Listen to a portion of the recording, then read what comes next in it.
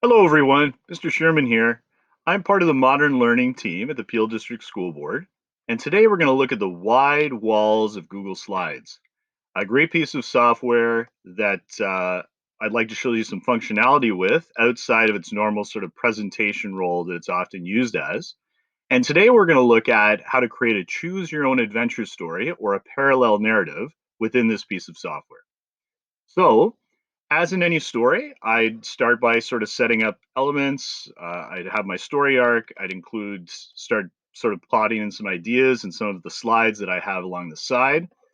And the trick to creating a story like this is as I create these pages, I'm going to find room to have a consistent shape that I'm going to insert. And that's going to be on every single page that I insert inside of my story.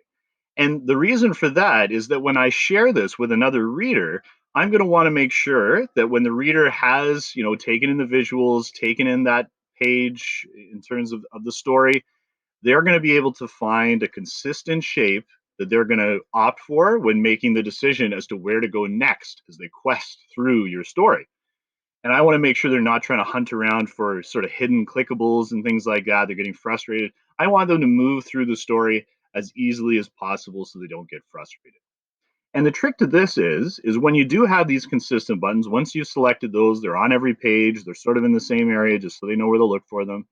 Rather than, I'm going to insert a link, but rather than including an external website, I'm going to link it to a slide within the presentation. So this is going to allow me to move through the slide presentation as I make those choices.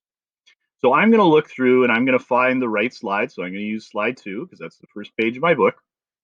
And I'm going to make sure I apply those settings. And then when I present it, that becomes active and it's going to let whoever I share this with really start to move through the story in an engaging way. So I look at my title page, click here to begin. Oh, good. I'm reading about Quasar the robots. It's got a decision made, going to go out into the world.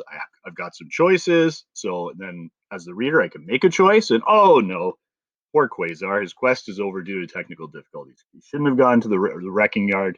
Poor guy. So he's fallen over here, and always try to include something like here. I've got insert a coin, so I'm going to insert a coin, and right back I get right back into the story, so I can try my luck again as I read through, maybe make better choices this time. But it's a great way to engage readers in a new way by using a safe tool that's part of that core Google suite of software. If you are looking for some of these simple graphics, which is always a great thing to use as well, just make things nice and easy, you can try Google's Artificial Intelligence Drawing Assistant. The link to that is in the description below this video. So you might want to try that out too, just to quickly find shapes that you can use in your story as well. And I hope everything was helpful today. So thanks for listening.